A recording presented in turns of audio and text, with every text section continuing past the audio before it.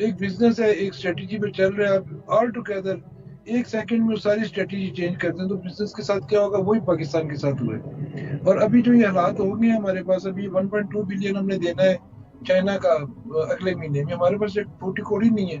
پہلے سعودیہ کو ہم نے پیسے دینے تھے، ہم نے چائنا کے پرائیویٹ بینک سے 14% انٹرسٹ پہ پیسے لے کے دیے، اس کی بھی واپسی کے ٹائم اب نزدیک آ گیا ہوا ہے۔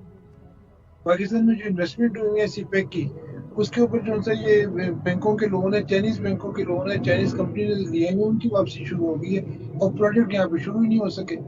اور اگر شروع ہوئے بھی ہیں تو جو پاور پروجیکٹ ہیں وہ اپنی فل کیپیسٹی پہ چلے ہی نہیں ہے، کچھ چلیں گے، کچھ ارن کریں گے تو بینک کو لون واپس جائے گا اور انٹرسٹ جائے گا یا پروفٹ جائے گا۔ Something else. جی سر۔ وہ ڈیفینیٹلی ویکنس سمجھ رہے ہیں۔ ایک تو اکنامیکل بہت ویک ہو گئے ہیں، ہم افغانستان سے بھی نیچے چلے گئے ہیں، ہم جو نیپال برما سے بھی نیچے چلے گئے ہیں۔ دوسرا جو یہ تماشے ہو رہے ہیں وہ اس کو مذاق میں لے رہے ہیں اور وہ بڑے خوش ہو رہے ہیں اس پہ۔ یہ پاکستان وہ تھا جو ہم نے انڈیا کو کبھی کھانسنے نہیں دیا اپنے سامنے، کتنا بڑا ہے ہم سے، لیکن ہم اس کے ساتھ 1 to 1 کھڑے ہوتے تھے۔ آج افغانستان ہمیں باتیں کرتا ہے، آپ نے دیکھا نہیں پچھلی طالبان آئے ہیں جب یہ ہمارے ساتھ کر کے رہے ہیں اور ہم سن رہے ہیں۔ تو آج یہ بنگلہ دیش جو ان سے بیچارے بڑے بول ہم نے بولے ہوئے ہمارے سامنے آئے، وہ ہم سے آگے نکل گئے۔ ان کا ٹکا دیکھیں کدھر گیا، ہم یہاں کہتے تھے بندے کو اگر تو ٹکے دا بندہ نہیں، آج دیکھیں وہ ٹکا جو ہے وہ ہمارے روپے کو کہاں چھوڑ کے کہاں سے کہاں نکل گیا۔ 86-87 کی بات ہے، میرا کوئی تعلق تھا اس وقت انڈیا سے، تو انڈین روپی 86 پیسے کا ہوتا تھا، 86 پیسہ ہم دیتے تھے تو 1 روپیہ آتا تھا۔ اور آج آپ دیکھیں کہ ہم کہاں چلے گئے، ہم 2 روپے سے زیادہ دیتے ہیں تو 1 انڈین روپیہ آتا ہے۔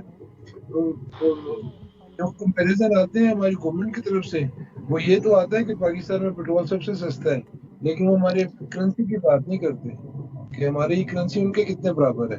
لیکن اگر یہ کرنل صاحب یہ جو مذاق کرتے ہیں قوم کے ساتھ کہ جناب دیکھیں امریکہ میں اتنا مہنگا پیٹرول ہے، یورپ میں، تو ان کو عوام کو ساتھ ساتھ یہ بھی بتا دیا کریں کہ بھائی پھر اسی طرح ڈالر میں تنخواہ بھی دو نا، اگر آپ مہنگا ہے یا سستا ہے۔ اور پھر ہمارے جو سیکریٹری خارجہ ہیں وہ جھوٹ اس طرح بولتے ہیں کہ انڈیا میں بیٹھ کے جو سیکریٹری خارجہ ہیں وہ کہتی ہیں کہ جی ہم پاکستان کے ساتھ وسیع البنیاد اور پائیدار تعلقات کے خواہاں نہیں ہیں، اور یہ ہمارے جو وزیر خارجہ کہتے ہیں کہ جی وہ ہمارے ساتھ جو ہے وہ اس طرح کی وہ ہمارے ساتھ جو ہے تعلقات کے خواہاں ہیں۔ یہ جو ڈیول پرسنالٹی اور اتنا جھوٹ حکومتی سطح پر آ گیا۔ پھر آپ نے ابھی باتوں باتوں میں ایک چیز کہی کہ عمران خان کو آپ نے کہا کہ یہ ایک ایسا وزیر اعظم ہے جس نے یہ سب کچھ ہوا ہے، لیکن اس کے ساتھ اس کے برابر کے شریک ہمارے باجوہ صاحب نہیں ہیں کیا؟ Chief of the army staff general Bajwa صاحب کو تاریخ میں اس نام سے یاد نہیں کیا جائے گا کہ انہوں نے ایک ایسے بندے کو لا کے بٹھا دیا جس نے 3 سال میں پاکستان کی بنیادیں ہلا کے رکھ دی ہیں۔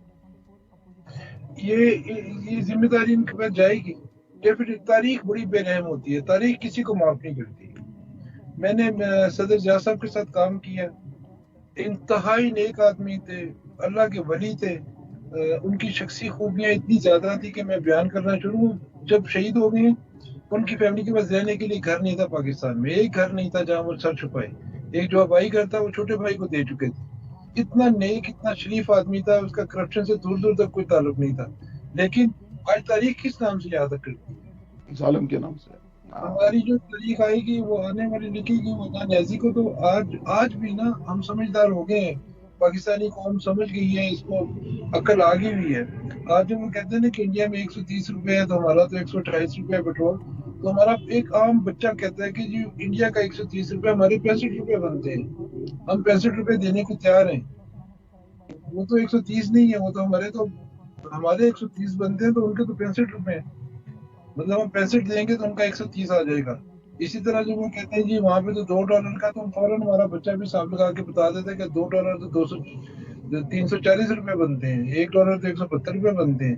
یہ گورنمنٹ نا بیوقوف ہے، اور یہ وہ بیوقوف ہے جو سب کو بیوقوف سمجھتے ہیں۔ یہ جھانسا کرتی ہے یہ اور اچھا لفظ ہے۔ قوم جھانسے میں نہیں آتی، اب قوم کے پاس اویئرنیس آ گئی ہوئی ہے۔ ایک زمانہ تھا اخباروں کا ٹائم ہوتا تھا، ایک دن اخبار میں بہت بڑی بریکنگ نیوز چھپتی تھی، اگلے دن ایک چھوٹی سی لائن آ جاتی کہ نہیں یہ خبر غلط ہے، یہ تو میں نے کہا ہی نہیں۔ اب وہ ٹائم نہیں ہے. اب جو بات ہے وہ کل میں آپ کو کہوں میں نے یہ تو کہا نہیں تو ابھی نکال کے لگا دیں گے آگے کی. اب وہ میں آپ سے وسیم صاحب، راجہ وسیم صاحب، کرنل ریٹائر راجہ وسیم صاحب، آپ سے ایک کویشچن کرنا چاہ رہا ہوں، اور بڑا امپورٹنٹ دفاعی کویشچن ہے یہ، کیونکہ مجھ سے اکثر لوگ کرتے ہیں. وہ یہ کرتے ہیں کہ پاکستان کی حاضر سروس افسران اس وقت پاکستان کے سول اداروں پہ تعینات ہیں، چیئرمین، ڈائریکٹر، آپ اس کے سی ای او بن کے، چاہے وہ پاکستان کی قومی ایئر لائن ہو، اسٹیل مل ہو، وابڈا ہو، آپ سروے ہو، آپ یو جسٹ نیم اٹ، اور اس میں ایک نہ ایک لیفٹیننٹ جنرل بٹھایا ہوا ہے اور حاضر سروس ہیں. ہم نے اپنے آپ کو سویلین افیئرز میں، کار حکومت میں اتنا انوالو کر لیا ہے کہ کل کو اگر کار حرب میں، میدان جنگ میں اترنا پڑے تو دشمن کا شاید مقابلہ کرتے ہوئے ہمیں مشکلات پیش آئیں گی، چلنے میں بھی مشکلات پیش آئیں گی. ہم نے اپنا اتنا وزن بڑھا لیا ہے. Do you think that current position of the army is in a state کہ وہ کسی کے ساتھ فائٹ کر سکے، کسی کو فائٹ دے سکے؟ یہ بھی نا بڑا دکھتا ہوا موضوع ہے. ہم اس پوزیشن میں اس وقت نہیں ہے. ہم تو اس وقت اپنی فوج اٹھا کے بارڈر پہ لے جانے کی پوزیشن میں نہیں. لڑنا تو بات کی بات ہے. اور یہ جو ان سے نا ہر ادارے میں بندہ بیٹھا ہوا ہے، تو جب 30-35 آدمی مل کے سارے سسٹم کنٹرول کر رہے ہوں، اور باقی جو لوگ ہیں وہ ہم کہتے ہیں ڈسپلن کی وجہ سے میں مجبور ہوں کہ میں نے اپنے باس کی بات ماننی ہے. جنرل اورنگزیب صاحب چند دن پہلے ایک ویڈیو آئی ہوئی تھی جس میں جو گئے تھے نواز شریف کو گن پوائنٹ پہ استعفیٰ دینے، انہوں نے کہا جی میرا کوئی قصور نہیں ہے، مجھے تو مشرف نے کہا میں چلا گیا. جنرل محمد صاحب بھی ایسی باتیں کرتے ہیں ملتی جلتی. تو یہ صرف اتنا ہی نہیں ہے، یہ اس کے علاوہ نا لوگوں کو oblige کرنا ہوتا ہے. کچھ لوگ تو ڈسپلن میں آپ کے ساتھ آئیں گے، کچھ لوگ ہیں جو ان کو ڈسپلن میں رکھیں گے، ان کو آپ کو oblige کرنا ہے. کسی کو ریلوے دینی ہے، کسی کو اسٹیل مل دینا ہے. ایک صاحب تھے وہ بڑے سخت مخالف تھے اس فوجی رجیم کے، باجوہ صاحب کے، وہ بھی ایک جنرل تھے، سرونگ جنرل تھے. تو انہیں پہلے کچھ عرصہ غائب کیا، سافٹ ویئر ٹھیک کیا، اس کے بعد وہ واپس آ کے انہوں نے جرنیلی بھی پوری کی. اسے بتایا گیا کہ یار تمہارے ساتھ رہے گا تو موجیں کرے گا، تو کن چکروں میں پڑا ہوا ہے. تو اس کے پاس ایک پورا ایک ونگ تھا ہماری فوج کا، اس ونگ کو کنٹرول کرنے کے لیے اس کو oblige کرنا ضروری تھا. تو وہ آج کل ایک سعودیہ میں سفیر لگا، وہ بھی جنرل، یہ وہی جنرل جس کا نام دیا جاتا تھا آرمی چیف کے ایکسٹینشن کیس میں کہ وہ اس کے پیچھے ہے، فلانا پیچھے ہے، فلانا پیچھے ہے. وہ مینج کر لیا اس کو. اب کسی کو سفیر بناتے ہیں، کسی کو مشیر بناتے ہیں، کسی کو ادارہ دیتے ہیں. وہ بہت مستی کرتا ہے باقی کی لائف، وہ اس کو مینج کر لیتے ہیں. کسی کو ڈسپلن کے نام پہ کرتے ہیں، نیچے والے ویس بھی ہو جاتے ہیں.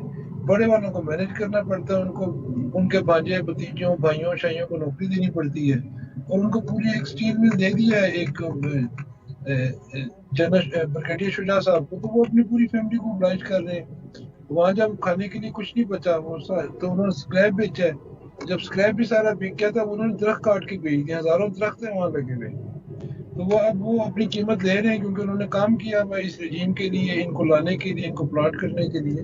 اسی طرح جو صاحبان باقی ڈپارٹمنٹ میں بیٹھے ہوئے وہ اپنا حق کی محنت وصول کر رہے ہیں، اور وہ اسی لیے ان کے ساتھ تھے. وہ کوئی ان کی رشتہ داری میں یا ان کے ساتھ کوئی وہ بھی سمجھتے ہیں کہ ہم کیا کر رہے ہیں، لیکن وہ اپنا پرسنل بینیفٹ لے رہے ہیں. اچھا کرنل صاحب، ایک چیز ہے، ابھی آپ نے اسٹیل مل کا نام لیا تو میں ایک اسٹوری پہ کام کر رہا ہوں. ابھی اتفاق سے آپ آ گئے ہیں سامنے تو میں آپ سے بھی پوچھ لیتا ہوں کہ کراچی کے اندر جو کالجز ہیں اور اس طرح کے ادارے ہیں اسپورٹس کے، اس پہ پچھلے 30 سال سے جو ہے جو وہاں رینجرز آئی ہے، اس نے شروع میں تو تھوڑا سا قبضہ کیا تھا، لیکن اب جیسے کراچی یونیورسٹی کے جو پروفیسرز کے گھر ہیں اس پہ تقریباً 80% ان کا قبضہ ہے. میں قبضہ ہی کہوں گا اس پہ کیونکہ آئین میں اس کی اتنی زیادہ تو اجازت نہیں ہے. اسی طرح کچھ انسٹیٹیوشن ایسے ہیں جس پہ مستقل ان کا قبضہ ہے جو کہ وہ نہیں وہ کرتے چھوڑتے. تو آپ کو لگتا ہے کہ کیا اتنے عرصے تک آپ کسی شہر میں جا کر اس طرح اپنا قبضہ مافیا بڑھا دیں تو کیا کہ لوگوں میں نفرت نہیں پھیلے گی؟ کیا کراچی کے اندر اب صرف اردو اسپیکنگ ہی نہیں بلکہ پنجابی، پٹھان، سندھی سب رہتے ہیں، تو کیا ان کے جس طرح میں باتیں کرتا ہوں تو میں جب ان سے باتیں کرتا ہوں تو ایک نفرت کریٹ ہو رہی ہے کہ اگر کرکٹ کا میچ کھیلنا ہے تو جب تک وہاں کا DG